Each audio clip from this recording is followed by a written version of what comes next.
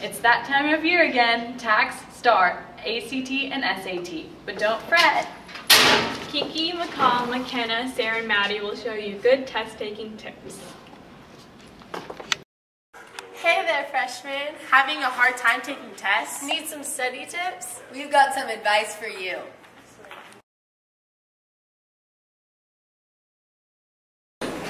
Hi, I'm Maribeth Schatzman, a proud member of the class of 2013, and through the past 4 years of high school I've picked up quite a few tips on how to study properly and how to take tests properly that I'd like to pass on to the freshmen.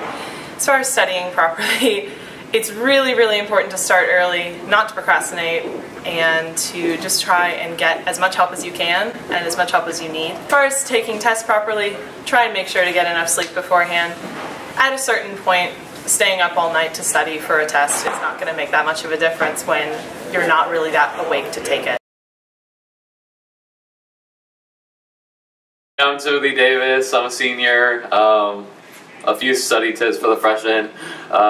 We all know class is going to be super boring, so you might as well be bored with the schoolwork and just take your notes and pay attention to what the teacher's saying, because if you don't pay attention, then you're going to be calling me the night before the test needing study help, so you might as well kind of study during class instead of having to study a lot outside of class. Hey, I'm Forrest McGee. I'm a senior. I'm number 526 out of 527 in my class. You better study freshman and sophomore year, because the second half of your high school career will be very hard, and you might not get into college that you want to be. So don't be like me and study hard.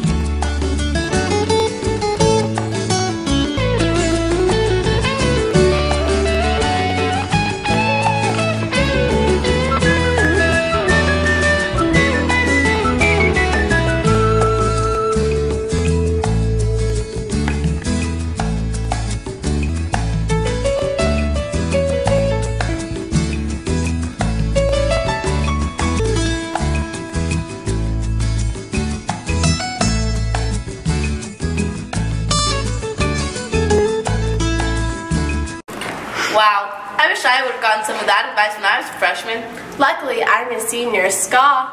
Well, that's it.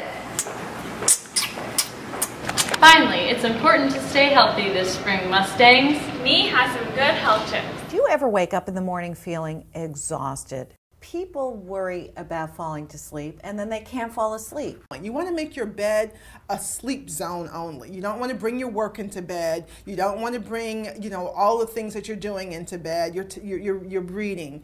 Make it a sleep zone.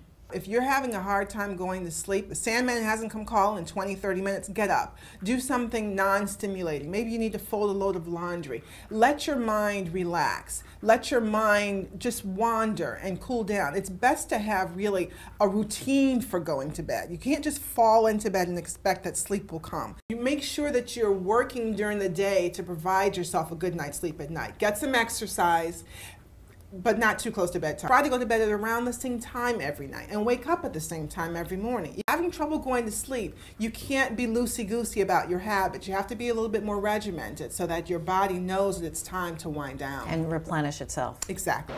That was great. Now let's go to Garrett's clip on honest trailers.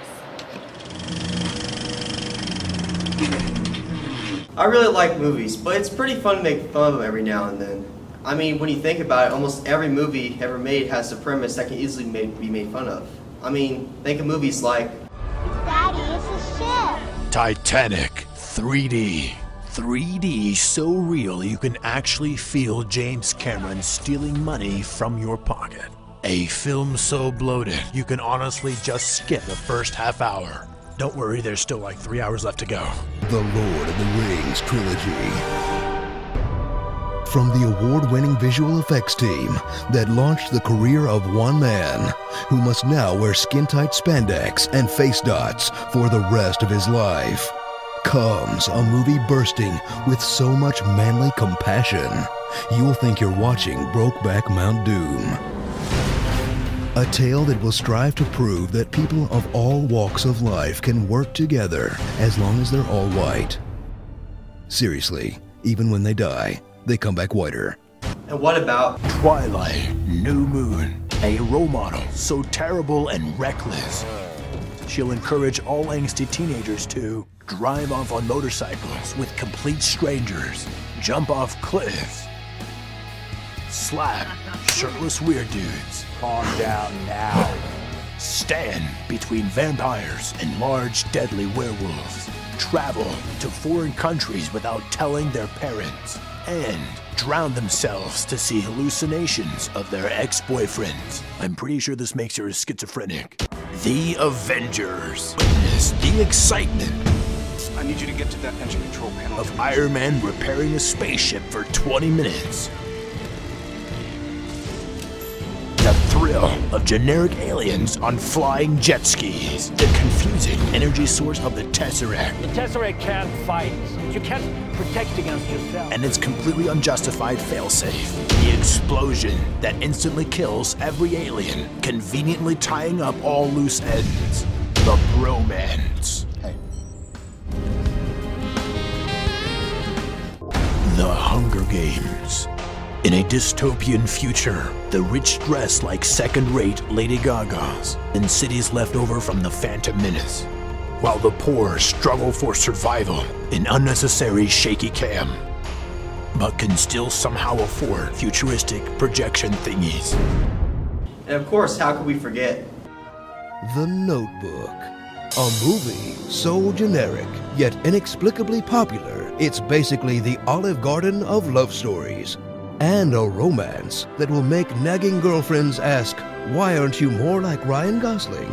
Prompting all boyfriends to ask, can we please just watch Die Hard? Avatar. Follow along with a team of scientists who blend in with the natives by wearing the Gap Khaki collection. Discover the Na'vi, a strong and noble race of blue Indians fully in tune with nature who are somehow helpless without the white man. It's actually kind of offensive when you think about it. And even Paranormal Activity. Brace yourself for 86 minutes of a guitar, a door, a fridge, some empty rooms, a ceiling grate, a chandelier, some blinds, an attic door, stairs, stairs, stairs, stairs. Juliet from Lost, and stairs. Starring Babyhead, Charlie Sheen's dad, Forrest Gump's mom, Detective O'Murphy McIrish, the Geico Gecko, Octomom, and Lindsay Lohan, if she had better parents. The not really that amazing Spider-Man. At least Kirsten Dunst wasn't in it. I guess the movies we like can be funny if you take an honest look at them. Thanks for watching. Be sure to subscribe and tell us in the comments below what movie you want to see next. And tell me what words you'd like to hear me say in my epic movie trailer voice. To infinity and beyond. Friendship is magic. I am the Eggman. Goo goo gajoob. Giggity giggity giggity goo.